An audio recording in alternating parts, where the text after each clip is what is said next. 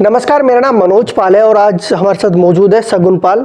Samajwadi party के पूर्व जिला सचिव है। वो समाजवादी पार्टी को अपना तन मन और धन समर्पित करते हैं। समाजवादी पार्टी की नीतियों से प्रभावित है। अखिलेश यादव को अपना राष्ट्रीय लीडर मानते हैं। मुलायम सिंह यादव के आदर्शों से भी वो काफ़ी प्रभावित रहते हैं। शगुन पाल से हम बातचीत करेंगे उनके राजनीतिक पृष्ठभूमि को लेकर और राजनीतिक पार्टी जो समाजवादी पार्टी है उसको उन्होंने क्यों चुना, समाजवादी पार्टी उनको कैसे प्रभावित करती है। अन्य विभिन्न बिंदुओं पर हम चर्चा करेंगे किन किन चुनावों में उन्होंने अपनी भागीदारी नहीं की, समाजवादी की पार्टी के जो कार्यक्रम होते हैं उनमें उनकी कैसी भागीदारी रहती है। अक्सर हमने उनको कभी कभी समाजवादी पार्टी के कद्दावर नेता अतुल प्रधान के साथ भी उनको देखा गया है और जिले में एक अच्छा नाम है उनका और सज्जन एक कार्यकर्ता के रूप में जाने जाते हैं समाजवादी पार्टी के। तो सबसे पहले शगुन पाल जी, खोजी न्यूज़ में आपका बहुत बहुत स्वागत है। धन्यवाद आपका मनोज जी।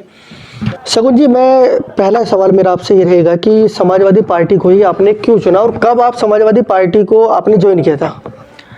मैं समाजवादी पार्टी को 2011 में मैंने ज्वाइन किया था और इससे पहले मैं अखिल भारतीय पाल महासभा के जो युवा विंग थी उसका जिला अध्यक्ष था।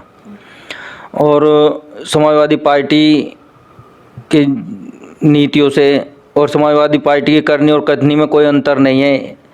जो समाजवादी पार्टी कहती है उसको पूर्ण रूप से करती है। जैसे युवाओं को लैपटॉप देना और कन्याओं को प्रोत्साहन राशि और एक्सप्रेसवे बनवाना, इस तरह के जो कार्य थे उनके कार्यों से और माननीय मुलायम सिंह यादव जी से प्रभावित होकर मैंने समाजवादी पार्टी 2011 में ज्वाइन की थी। और मुझे इसमें ज्वाइन कराने में हमारे माननीय अध्यक्ष प्रमोद त्यागी जी और हमारे पूर्व राज्य मंत्री मुकेश चौधरी जी का बहुत बड़ा योगदान रहा है इसमें। वो कौन कौन से चुनाव है जिनमें आपकी भागीदारी रही है?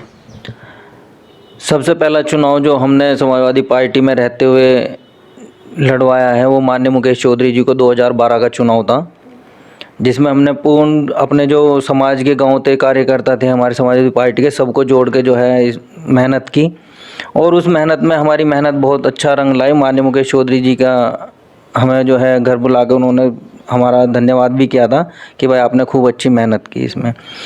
और 2015 में जिला पंचायत का चुनाव था दीप्ति पाल जी का, वार्ड नंबर 7 से। उसमें जो है हमने बहुत जो हमारे समाजवादी पार्टी के कार्यकर्ता थे और जो वार्ड के हमारे सदस्य थे, नागरिक थे वहाँ के, उनको सभी को जोड़ के समाजवादी पार्टी की उपलब्धियाँ गिनवाई और उसी के अकॉर्डिंग जो है हमारा ये चुनाव 2015 का जिला पंचायत का हमने विजय श्री इसमें हासिल की। तो उस चुनाव में लगभग कितनी वोटों से दीप्ति विजय हुई थी? उस चुनाव में दीप्ति पाल जी 1300 शायद 65 वोट थी जो विजयी हुई थी वो उनसे जो है, जिसमें आपका पूर्ण सभी जो है वर्गों का हमें पूर्ण समर्थन मिला और सभी ने हमें पूरा दिल खोल के वोट दिया। अगले साल विधानसभा चुनाव होंगे, 2022 के विधानसभा चुनाव उत्तर प्रदेश में होने जा रहे हैं। क्या लगता है कि समाजवादी पार्टी चुनाव में वापसी करेगी? 100% चुनाव में समाजवादी पार्टी वापसी करेगी माननीय मुलायम सिंह यादव जी के संरक्षण में। हमारे माननीय मुख्यमंत्री अखिलेश यादव जी दोबारा 100% समाजवादी पार्टी से मुख्यमंत्री बनेंगे। क्यों, कारण क्या है कि आपको लगता है कि समाजवादी पार्टी की सरकार दोबारा बनने जा रही है?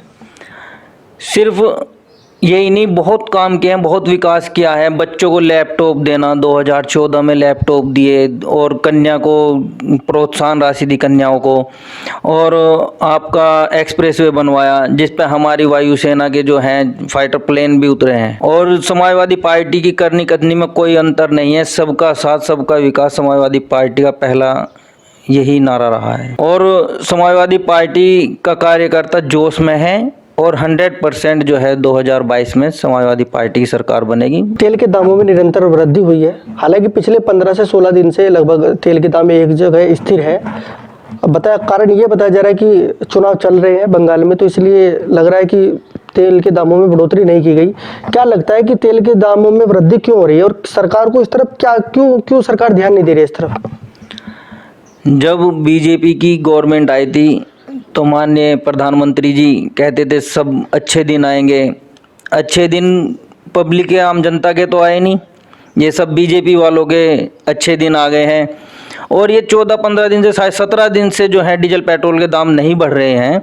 ये सिर्फ जो है पश्चिम बंगाल का चुनाव है, असम का चुनाव है आपका जो है, और ये जो चुनाव होने की वजह से सिर्फ जो है ये दाम रुके हुए हैं। और गवर्नमेंट अगर चाहे तो टैक्स की जो गवर्नमेंट राज्य स्तर पे और जो है आपका केंद्र स्तर पर जो टैक्स लेती है उसमें छूट करके आम जनता को फ़ायदा दे सकती है। पर लेकिन नहीं, ये सिर्फ जुमलेबाज सरकार है, अपनी जो है जुमलेबाजी में रहते हैं। और जैसे कि आप देख रहे हैं कि सिलेंडर के दाम, पहले सिलेंडर के दाम 600 रुपये थे और अब 820 रुपये का सिलेंडर हो रहा। आम जनता को कह रहे थे उज्ज्वला गैस योजना, उज्ज्वला योजना जो बता रहे थे वो भी इनकी कहीं नहीं है, सब हवाई है मामला। नहीं, सरकार ने तो 7 करोड़ के आसपास सिलेंडर दिया, 7-8 करोड़ सिलेंडर दिए हैं और सरकार कहती है कि हमने मुफ्त में सिलेंडर बांटे हैं। तो इस बारे में क्या कहना चाहेंगे? भाई इन्होंने ये सिलेंडर दिया है ना, रिफिलिंग का तो मामला है ही नहीं, दोबारा तो कोई भरवा ही नहीं रहा। दोबारा से लोग बाग जो चूल्हे पे आ गए, लकड़ी जलाने पे मजबूर हो रहे हैं। सिलेंडर की महंगाई अब ये देख लीजिए, पहले 600 रुपये सिलेंडर था, 300 रुपये की 250 रुपये की सब्सिडी आ रही थी और आज की डेट में 4.5 रुपये, 4 रुपये 60 पैसे की मेरी खुद सब्सिडी आई है 820 रुपये का सिलेंडर भरवाने का। तो गरीब आम जनता का तो मरना ही हो गया ना भाई, कोई फ़ायदा तो नहीं है। उज्ज्वला गैस योजना का क्या फ़ायदा है जब आप जो है उन्हें सिलेंडर फ्री बांट रहे हो और गैस सिलेंडर रिफिलिंग के लिए आप 820 रुपये ले रहे हो। तो आम जनता का तो काम नहीं है, ये आम जनता के तो बस की नहीं है करवाना जो है। तो आपका कहने का मतलब है कि उनको चूल्हे पे दोबारा से लौटना पड़ रहा है? चूल्हे पे ही आ रहे हैं सभी गरीब आदमी जो है। गैस उज्ज्वला में एक बार इन्होंने भर के दे दिया, दोबारा उसका सिलेंडर दोबारा नहीं भरा गया। 820 रुपये जब सिलेंडर हो जाएगा तो कहाँ से भरवा लेगी आम जनता? आप डीजल पेट्रोल, इतने जो है डीजल पेट्रोल के दाम बढ़ रहे हैं, आज 91 रुपये 95 रुपये के करीब शायद पेट्रोल होने जा रहा। और ये तो 14 दिन से जो रुका हुआ है, नहीं तो 100 पार कर जाता है ये। हालांकि आपके जो है अगर चाहे प्रधानमंत्री मुख्यमंत्री तो इसको टैक्स में छूट देकर जनता को राहत दे सकते हैं। और आप देख ही रहे होंगे बेरोजगारी इस कदर बढ़ी हुई है कि इन्होंने कहा था हम हर प्रतिवर्ष जो है 2 करोड़ नौकरियां देंगे। नौकरियां दे तो रहे नहीं, जिन पे थी उनकी भी छीन ली और पकोड़े और तलवा रहे ये जो हैं। कह रहे हैं डिग्री वाले तो जो है पकोड़े तलो और चाय बेचने वाले मुख्यमंत्री प्रधानमंत्री बन जाओ। तो ऐसे जो है इन्होंने रोजगार को तो दरकिनार कर दिया है, लोगों को भूखमरी के कगार पर लाके छोड़ दिया है गवर्नमेंट ने जो है। और बेरोजगार लोग बाग अब करें तो करें क्या? अगर चिल्लाएं या बोलें या धरना प्रदर्शन करें तो उन पे मुकदमे और ठोक देंगे। तो ये बेचारे अपनी आवाज़ भी नहीं उठा सकते। गवर्नमेंट ने इनका तो बेचारों का बिल्कुल जो है सत्यानाश कर दिया। बेरोजगारी इस कदर बढ़ा दी कि आज जो है सभी युवा वर्ग परेशान है।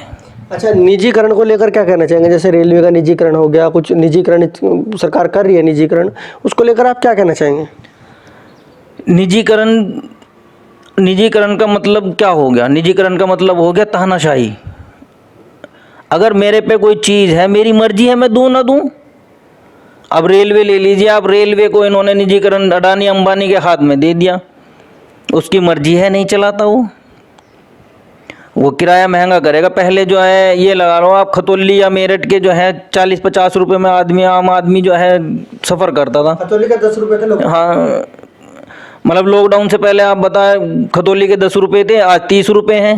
तो आम जनता तो करने की नहीं, आम जनता का तो मरना हो गया। इन्होंने जो है सरकारी प्राइवेटीकरण कर रहे हैं, BSNL का भी लग रहे हैं करने में, और जैसे आपका एयरलाइंस हैं उनका भी निजीकरण कर रहे हैं। अब कृषि कानून बिल ला के जो है ये इसका भी निजीकरण कर रहे हैं। भाई निजीकरण का मतलब है कि कोई ना कोई आपको जो है मालिक हो गया और मालिक की मर्जी है वो आपको कुछ दे ना दे, आपको फ़ायदा पहुंचाए ना पहुंचाए। तो निजीकरण से कोई फ़ायदा होने वाला नहीं, हालांकि नुकसान है। सरकार बोल रही है कि निजीकरण से सुविधाएं बढ़ेगी और बेनिफिट होगा।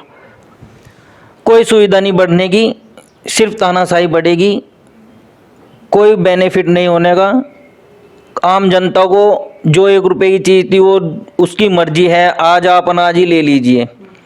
अनाज अडानी अंबानी या जिसने भी उसको ख़रीदा आज खरीद लेगा आपके MSP बता के कि मैं इस 2000 रुपये में लूँगा।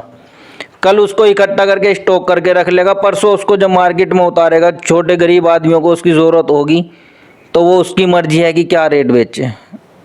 ऐसा तो है नहीं कि लेके 2000 और 1500 बेच देगा, उस पर मार्जिन लेगा। तो गरीब आदमी का तो ये भी जो गरीब आदमी को राशन मिल रहा था वो भी मेरे ख्याल से ख़त्म हो जाएगा इस तरीके से तो जो है।